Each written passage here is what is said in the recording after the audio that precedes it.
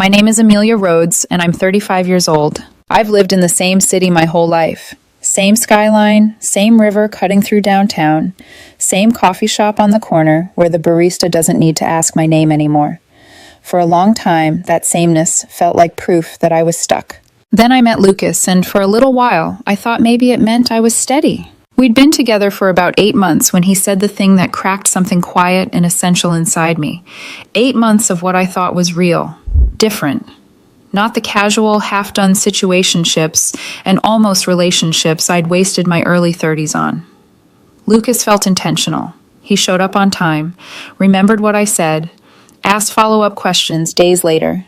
When my mother got sick last winter, he was the one who drove me to the hospital because my hands were shaking too hard to hold the wheel. So when he broke me, he did it gently. It was a Tuesday night, one of those evenings that sits somewhere between weekday exhaustion and weekend anticipation. We were in my small living room, the one with the secondhand couch and the scuffed coffee table I keep meaning to replace. I'd just finished cooking dinner, nothing fancy, just pasta with a decent jarred sauce and a salad I tried to make look like I cared. We were half watching some forgettable show, the kind you put on when you want noise more than story. The TV washed the room in flickering light. Our plates were balanced on our laps. It was ordinary in the kind of way I'd started to find comforting. Out of nowhere, Lucas set his fork down. The clink against ceramic sounded louder than it should have. "You know what the problem is?" he said. I muted the TV, thumb pressing the remote slower than necessary. "What problem?" He looked at me with an expression I had never seen on his face before. Not angry, not annoyed. Clinical, almost. Evaluating. Like I was a presentation slide he was considering cutting. "You try hard," he said. "I can see that. You really do." There was a tiny pause, the kind you can fall into if you're not careful. My stomach tightened, waiting for the rest. "But you'll never be on the level of the women I used to date." For a second, I thought I'd misheard him. The words hung in the air, strange and heavy, then settled somewhere behind my ribs. The fork in my hand suddenly felt too heavy.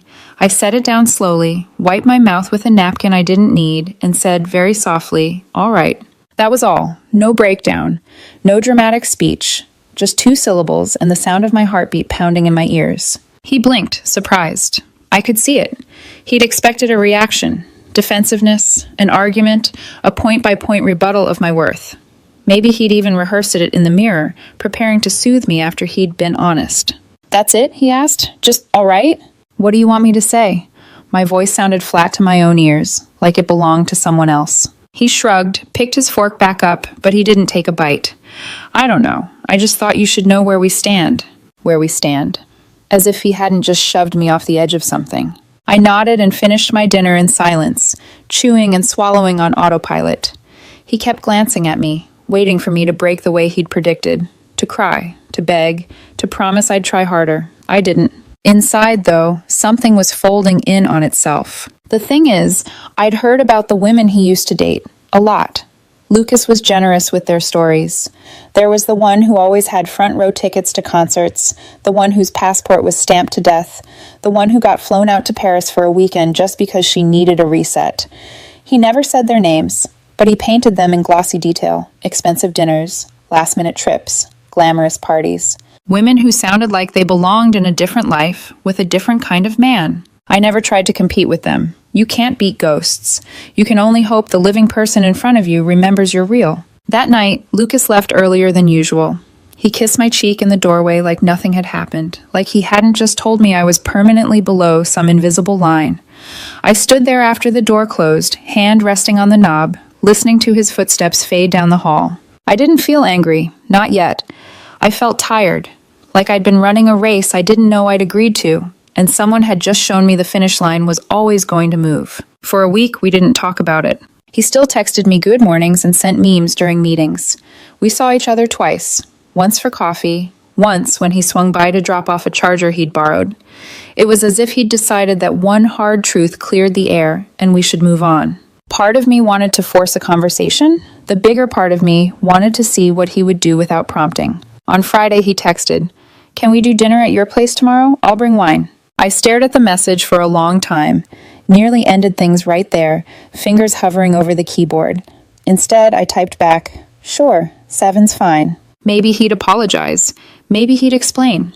Maybe there was a version of that sentence that didn't sound like a verdict. Saturday came. I did what I always do when I don't know what else to do. I over-prepared. I marinated chicken, roasted vegetables, made dessert from an actual recipe instead of something from the freezer. I cleaned the apartment until it looked like the version of my life I wished I lived in all the time. No mail pile on the counter, no laundry basket half folded on the chair. At 7 sharp, Lucas arrived with a decent bottle of wine and a smile like everything was normal. Dinner was easy. Too easy. He talked about work, about a colleague who messed up a report, about a new project that might mean a promotion. I laughed in the right places, asked follow-up questions, refilled his glass. Neither of us mentioned Tuesday. Around 8:30, my doorbell rang. I frowned. Were you expecting someone? He looked genuinely confused. No, you? I shook my head and went to the door, wiping my hands on a dish towel. Standing in the hallway was a woman in her mid-30s with blonde hair, a suitcase at her feet, and a familiar sort of confidence in the way she held herself. She smiled brightly the second she saw me. Hi. Oh my God, is Lucas here? She said, peering past me into the apartment. Before I could answer, Lucas appeared behind me. Mia? He said, eyebrows shooting up. What are you doing here? I was in town, she said, breezing past me, like she'd done it 100 times. I texted you like 3 times. You didn't respond, so I figured I'd just drop by. You mentioned you'd be at your girlfriend's place. Girlfriend. The word landed heavier than I expected. She turned to me and stuck out her hand. You must be Amelia. I'm Brittany. I'm one of Vanessa's oldest friends. We go way back. Vanessa. I knew that name. Lucas's ex. The one with the Paris weekend and the emotionally intense breakup he'd described in cinematic detail. I shook Brittany's hand and forced a smile. Come in. Lucas looked uncomfortable, trapped, almost. But what was he going to do? Slam the door in her face? We ended up at the dining table, my 3-person set suddenly feeling too small. Brittany was chatty in the way some people are when they're used to being the most interesting person at every gathering. She asked me about my job, about how Lucas and I met. She told stories about their early 20s. Bad apartments, worse boyfriends, too much tequila. Every time she mentioned Vanessa, Lucas shifted slightly in his chair. He kept trying to steer the conversation back to neutral ground, but Brittany was on a roll. About 20 minutes in, she laughed and said, You know, I always thought it was funny how Lucas talks about Vanessa, like she was this perfect, put-together goddess. She rolled her eyes playfully. I remember what she was actually like. Lucas went still. We don't need to. Oh, come on, Brittany said, waving him off. Especially that one guy she dated for like 2 years. What was his name? Doesn't matter. I felt myself lean in without meaning to. What about him? Brittany took a sip of wine, like she was settling into a favorite story. We ran into him at a party after they broke up. He was drunk and started talking about her. He said she was exhausting, that she always compared him to other people, made him feel like he wasn't enough. I remember this exactly. He said dating her was like being in a competition he didn't know he was losing. The words hit me like déjà vu. Competition. Not enough. A race you didn't know you'd entered. The room went very, very quiet. Lucas stared at his plate, his jaw tightened. Brittany, oblivious or pretending to be, kept talking. He also said he only stayed because she looked good on paper. Their relationship was great for Instagram, but behind closed doors, he said she was toxic, always playing mind games, always testing him. Okay, that's enough, Lucas snapped, standing up so quickly his chair scraped back. I think you should go, Britt. She blinked, startled. What? Why? Just go. His voice was low, controlled, in that way people get when they're trying very hard not to explode. Brittany looked between us, suddenly realizing she'd stepped on a landmine she didn't know was there.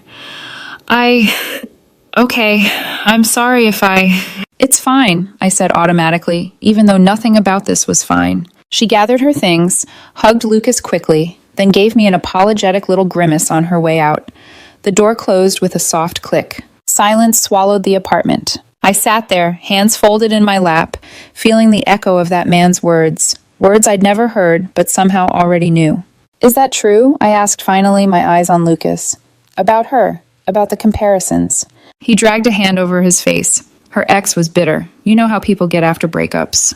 That's not what I asked. He met my gaze then, and for the first time since I'd known him, I saw something like panic flicker there.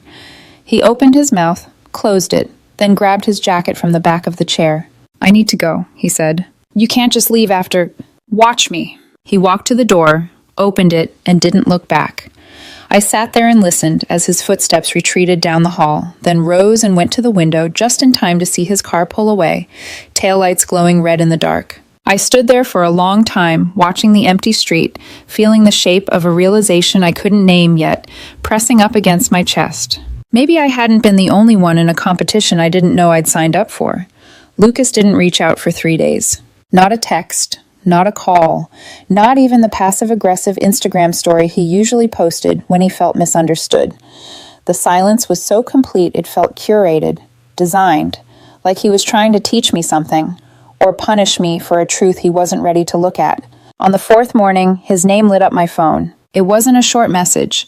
It was the kind of text that has clearly been drafted, deleted, rewritten, revised, and finally sent with a breath held in the sender's chest. Amelia, I've been thinking about Saturday.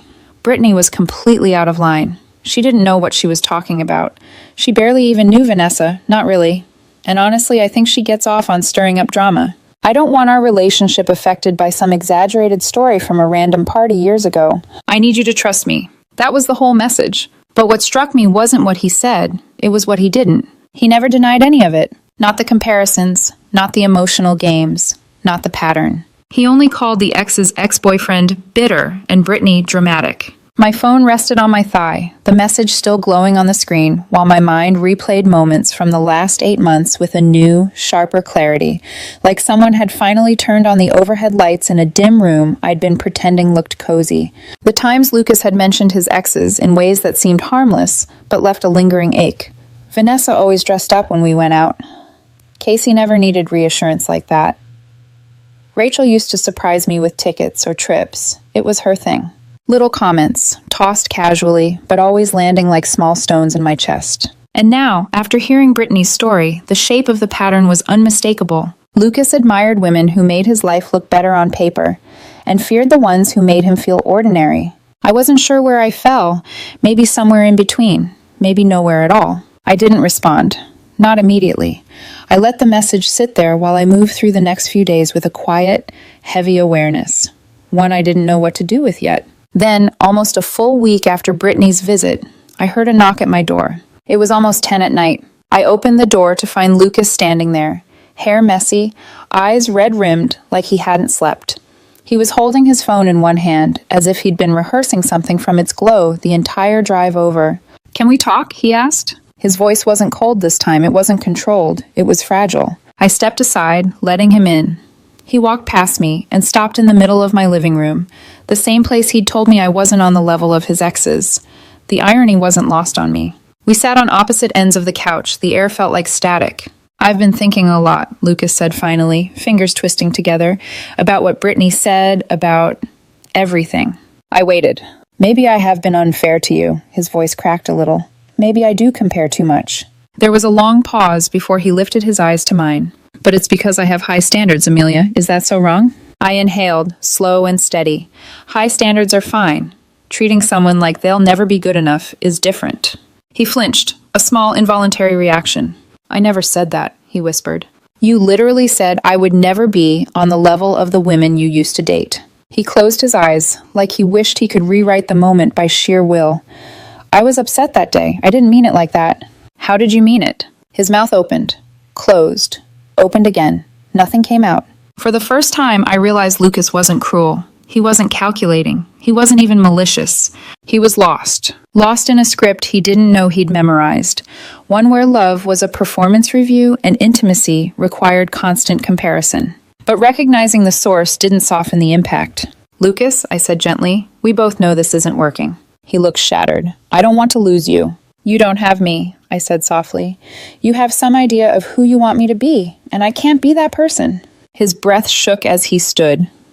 Tears slipped down his face, the kind that come from a place where someone is breaking open for the first time in their adult life. He didn't try to hug me, didn't ask me to reconsider, didn't accuse me of anything. He just whispered, "I'm sorry," and walked out the door. This time I didn't follow him to the window. I sat on the couch for a long time after he left, hands resting in my lap, feeling something inside me settle. Not peace exactly, but clarity, a kind of emotional exhale. I wasn't sure if I'd ever been enough for Lucas, not because of who I was, but because nothing human could compete with the glossy ghosts he carried around in his head. A week passed, then two. I got busy with work. I started sleeping through the night again. The ache in my chest softened, not gone, but no longer sharp. Then one afternoon, my phone buzzed. It was Brittany. "Hey, can we meet for lunch? There's something you should know." And for the first time in weeks, my pulse quickened. Slow but steady, because the story I thought was ending suddenly wasn't finished at all.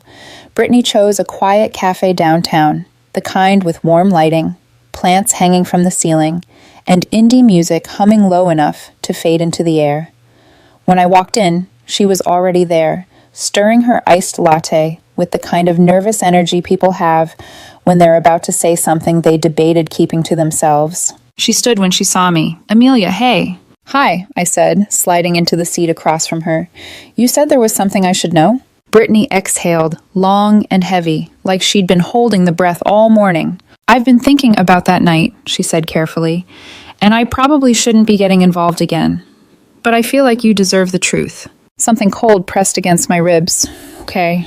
She leaned closer, voice lowering.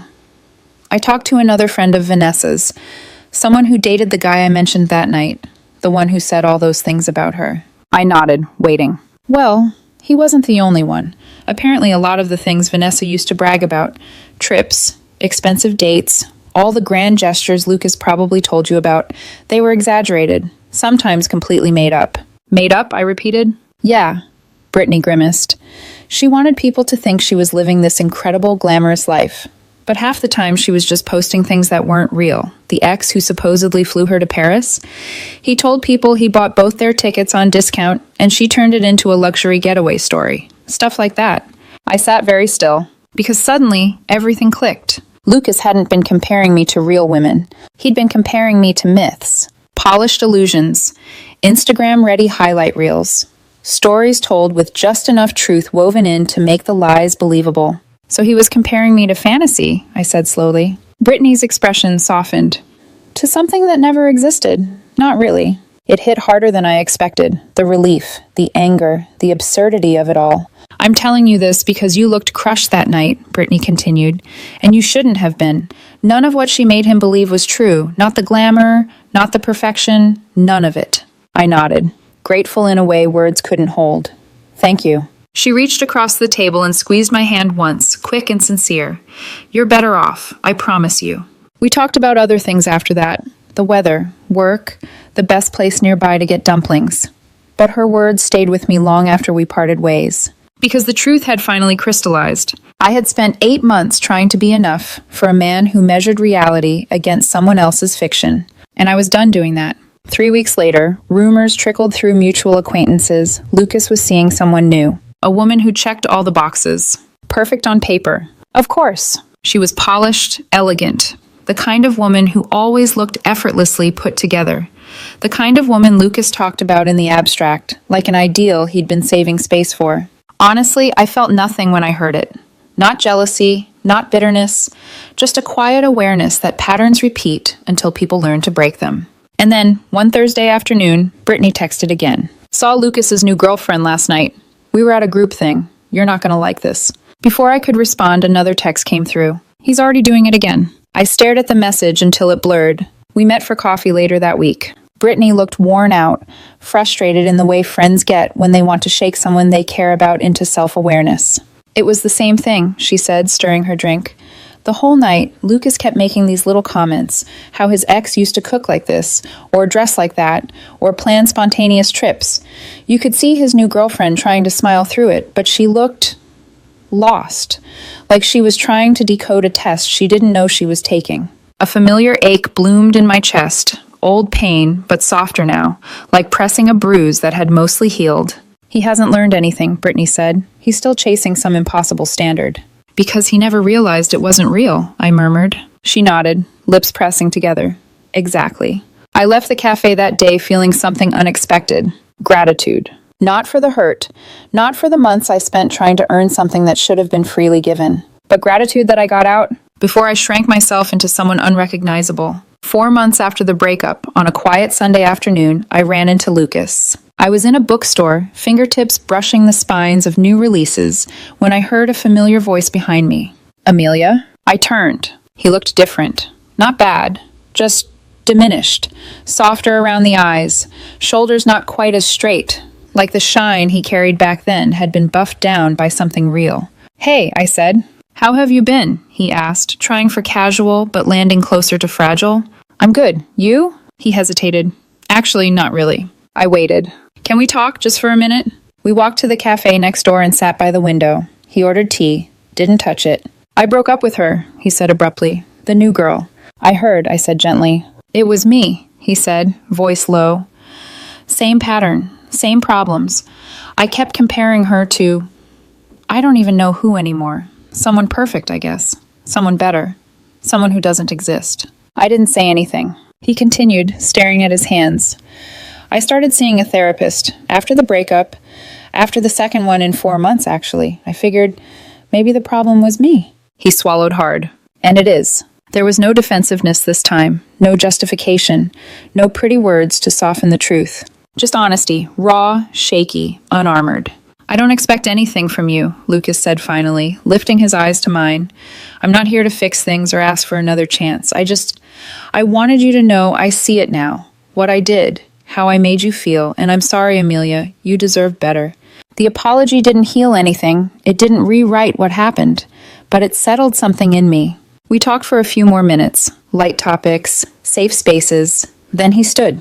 I should go, he said quietly. We hugged, a brief, gentle press of arms, the kind of hug you give someone when you're not angry anymore, when the goodbye is real. Take care of yourself, I said. You too. I watched him walk away through the glass, shoulders hunched, hands in pockets. I didn't feel sad, or triumphant, or nostalgic. I felt free. 2 months later, I started seeing someone new. Nothing dramatic. 5 dates, good conversations, no comparisons, no ghosts. When I cooked, he thanked me. When I planned something simple, he appreciated it.